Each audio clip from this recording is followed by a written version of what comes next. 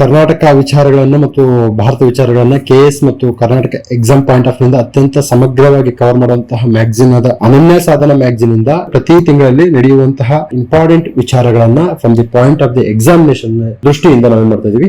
Discuss ಮಾಡುವಂತಹ video ಸರಣಿಗಳನ್ನ ನಾವು ಆರಂಭ ಮಾಡ್ತಾ ಇದೀವಿ. ತಾವೆಲ್ಲರೂ ಇದನ್ನ ಸದುಪಯೋಗ ಪಡಿಸಿಕೊಳ್ಳಬೇಕನ್ನೋದು ನಮ್ಮ ಆಶಯ. ಎಲ್ಲರಿಗೂ ನಮಸ್ಕಾರ. ಇದು ಶಾಂತಪ್ಪ ಜಡಮನವರ್. ಏಪ್ರಿಲ್ ತಿಂಗಳಿನ ಅನನ್ಯ ಸಾಧನ ಒಂದು ಮಾಸ ಪತ್ರಿಕೆಯ ಮುಖ್ಯ ಅಂಶಗಳ ಕುರಿತು ನಾವು ಈ ದಿನ ಚರ್ಚೆ ಮಾಡೋಣ. ಜಾಗತಿಕ ಮಾನವ ಅಭಿವೃದ್ಧಿ ಸೂಚ್ಯಂಕದಲ್ಲಿ ಭಾರತ 134ನೇ ಸ್ಥಾನ. ಮಾನವ ಅಭಿವೃದ್ಧಿ ವರದಿ 2023-24 ಪ್ರಕಾರ ಜಾಗತಿಕ ಮಾನವ ಅಭಿವೃದ್ಧಿ ಸೂಚ್ಯಂಕದಲ್ಲಿ ಭಾರತವು 134ನೇ ಸ್ಥಾನದಲ್ಲಿದೆ. ಸೊ ಯಾವ ಸಂಸ್ಥೆ ರಿಲೀಸ್ ಮಾಡುತ್ತೆ ಮತ್ತು ಇಲ್ಲಿ ಕಂಡುಬರುವಂತಹ ಮಾನದಂಡಗಳು ಮತ್ತು ಅರ್ಹತೆಗಳು ಏನು ಅನ್ನುವ ಅಂಶ ಇಲ್ಲಿ ಹೆಚ್ಚು ಪ್ರಾಮುಖ್ಯತೆಯನ್ನು ಪಡೆಯುತ್ತದೆ. UN ಮಾನವ ಅಭಿವೃದ್ಧಿ ಸೂಚ್ಯಂಕದಲ್ಲಿ ಭಾರತದ ಶ್ರೇಯಾಂಕವು 2021ರಲ್ಲಿ 135ಕ್ಕೆ ಹೋಲಿಸಿದರೆ 2022ರಲ್ಲಿ 193 ದೇಶಗಳಲ್ಲಿ 134ನೇ ಸ್ಥಾನಕ್ಕೆ ಸುಧಾರಿಸಿದೆ. Breaking the grid lock reimagining cooperation in a polarised world ಎಂಬ ಅಂದರೆ ಶೀರ್ಷಿಕೆಯನ್ನು ಕೇಳ್ತಾರೆ. ಎಕ್ಸಾಮ್ಗೆ ಶೀರ್ಷಿಕೆಯನ್ನು ಕೇಳ್ತಕ್ಕಂಥದ್ದು ಸಹಜವಾದ ಒಂದು ಕ್ರಮ, ಒಂದು ಅಪ್ರೋಚ್ ಆಗಿರುತ್ತೆ. ಜೀವಿತಾವಧಿಯು 67.2ರಿಂದ 67.7 ವರ್ಷಗಳವರೆಗೆ ಏರಿರುವುದನ್ನು ನೋಡಬಹುದು. ಶಾಲಾ ಶಿಕ್ಷಣದ ನಿರೀಕ್ಷಿತ ವರ್ಷಗಳು 12.6 ತಲುಪಿದೆ. ಶಾಲಾ ಶಿಕ್ಷಣದ ಸರಾಸರಿ ವರ್ಷಗಳು 6.57ಕ್ಕೆ ಏರಿತು. ಜಾಗತಿಕ ಮಾನವ ಅಭಿವೃದ್ಧಿ ಸೂಚ್ಯಂಕದಲ್ಲಿ ಸ್ವಿಟ್ಜರ್ಲ್ಯಾಂಡ್ ಅಗ್ರಸ್ಥಾನದಲ್ಲಿದೆ. ನಾರ್ವೆ, ಐಸ್ಲ್ಯಾಂಡ್ ಕ್ರಮವಾಗಿ 2 ಮತ್ತು 3ನೇ ಸ್ಥಾನದಲ್ಲಿ. ಅಂದರೆ ಸ್ವಿಟ್ಜರ್ಲ್ಯಾಂಡ್ ಮೊದಲ ಸ್ಥಾನದಲ್ಲಿ ಇರತಕ್ಕಂಥದ್ದು ನಾವು ನೋಡಬಹುದು. ಭಾರತ, ಭೂತಾನ್ ಮತ್ತು ಬಾಂಗ್ಲಾದೇಶವನ್ನು ಮಧ್ಯಮ ಮಾನವ ಅಭಿವೃದ್ಧಿ ವಿಭಾಗದಲ್ಲಿ ಇರಿಸಲಾಗಿದೆ. ಚೀನಾ 3 ಸ್ಥಾನ ಮೇಲೇರಿದ್ರೆ ಶ್ರೀಲಂಕಾ 5 ಸ್ಥಾನ ಕುಸಿದಿದೆ. ನೇಪಾಳ, ಪಾಕಿಸ್ತಾನ ಭಾರತಕ್ಕಿಂತಲೂ ಕಡಿಮೆ ಸ್ಥಾನವನ್ನು ಹೊಂದಿದ್ದೇವೆ.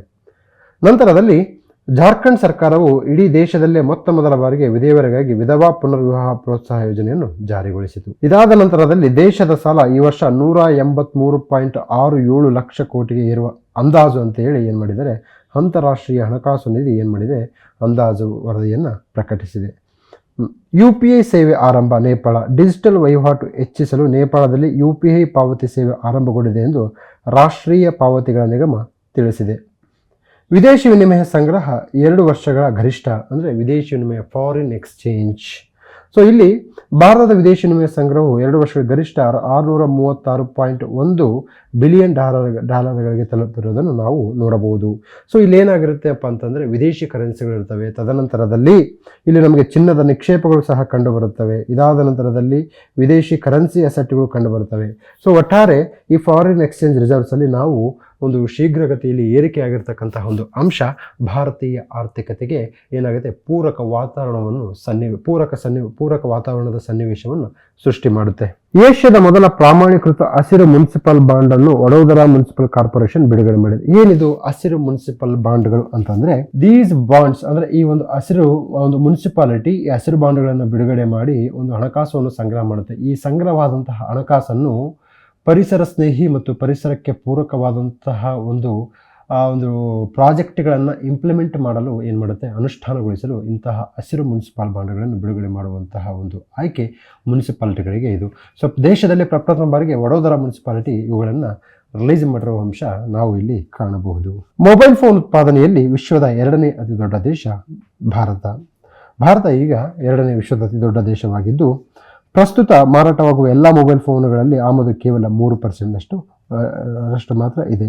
ನಂತರದಲ್ಲಿ ವೆನೆಜುವೆಲಾ ಭಾರತದ 5ನೇ ಅತಿ ದೊಡ್ಡ ಕಚ್ಚಾ ತೈಲ ಪೂರೈಕೆದಾರ. ಫೆಬ್ರವರಿ 2024ರಲ್ಲಿ ವೆನೆಜುವೆಲಾ ಭಾರತದ 5ನೇ ಅತಿ ದೊಡ್ಡ ಕಚ್ಚಾ ತೈಲ ಪೂರೈಕೆದಾರರು. ಸೊ ವೆನೆಜುವೆಲಾ ಸೌತ್ ಅಮೆರಿಕಾದಲ್ಲಿ ಕಂಡುಬರುವಂತಹ ಒಂದು ರಾಷ್ಟ್ರವಾಗಿದ್ದು ಒಪೆಕ್ ಸಂಘಟನೆಯ ಸದಸ್ಯ ರಾಷ್ಟ್ರವಾಗಿದೆ. ಜಗತ್ತಿನಲ್ಲಿ ಸಾರಾಜನಕ ಮಾಲಿನ್ಯ ನೈಟ್ರೋಜನ್. ಸೊ ಇಲ್ಲಿ ನೈಟ್ರೋಜನ್ ಫಾರ್ಮೇಟಲ್ಲಿ ಇದ್ದಾಗ ಅದು ನಮಗೆ ಇಂಪ್ಯಾಕ್ಟ್ ಆಗಲ್ಲ. ಆದರೆ ನೈಟ್ರಿಕ್ ಆಕ್ಸಿಡ್ ಅಥವಾ ನೈಟ್ರೋಜನ್ ವಿವಿಧ ರೂಪದಲ್ಲಿ ಪರಿವರ್ತನೆಗೊಂಡಾಗ ಅದು ನಮಗೆ ಮಾರಕವಾಗಿರುವುದನ್ನು ಅಂಶ ನಾವಿಲ್ಲಿ ನೋಡಬಹುದು. ಕೃಷಿ ಮತ್ತು ಮಾನವ ತ್ಯಾಜ್ಯದಿಂದ ಸಾರಜನಕ ಮಾಲಿನ್ಯವು ಹೆಚ್ಚಾಗುತ್ತಿದ್ದು 2050ರ ಶುದ್ಧ ನೀರಿನ ಕೊರತೆ ಮತ್ತಷ್ಟು ಉಲ್ಬಣಿಸಿದೆ ಎಂದು ನೇಚರ್ ಕಮ್ಯುನಿಕೇಷನ್ಸ್ ನಿಯತಕಾಲಿಕೆಯಲ್ಲಿ ಇತ್ತೀಚೆಗೆ ಪ್ರಕಟವಾದ ಅಧ್ಯಯನವನ್ನು ತಿಳಿಸಿದೆ.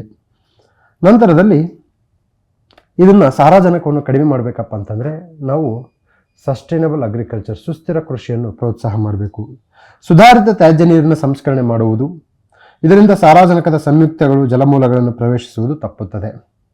ಹಸಿರು ಮೂಲ ಸೌಕರ್ಯ ಹೆಚ್ಚಿಸುವುದು, ಹಸಿರು ಚಾವಣಿ, ಮಳೆ ನೀರು ಮರುಬಳಕೆ ಪೂರ್ವಕ ಯೋಜನೆಯನ್ನು ರೂಪಿಸುವುದು. ನಂತರದಲ್ಲಿ ಭಾರತದ ಸೌರ ತ್ಯಾಜ್ಯವು 2030ರ ವೇಳೆಗೆ 600 ಕಿಲೋ ಟನ್ಗಳನ್ನು ತಲುಪಬಹುದು. ಸೊ ಇದು ಏನು ಮಹತ್ವ ಇಲ್ಲ.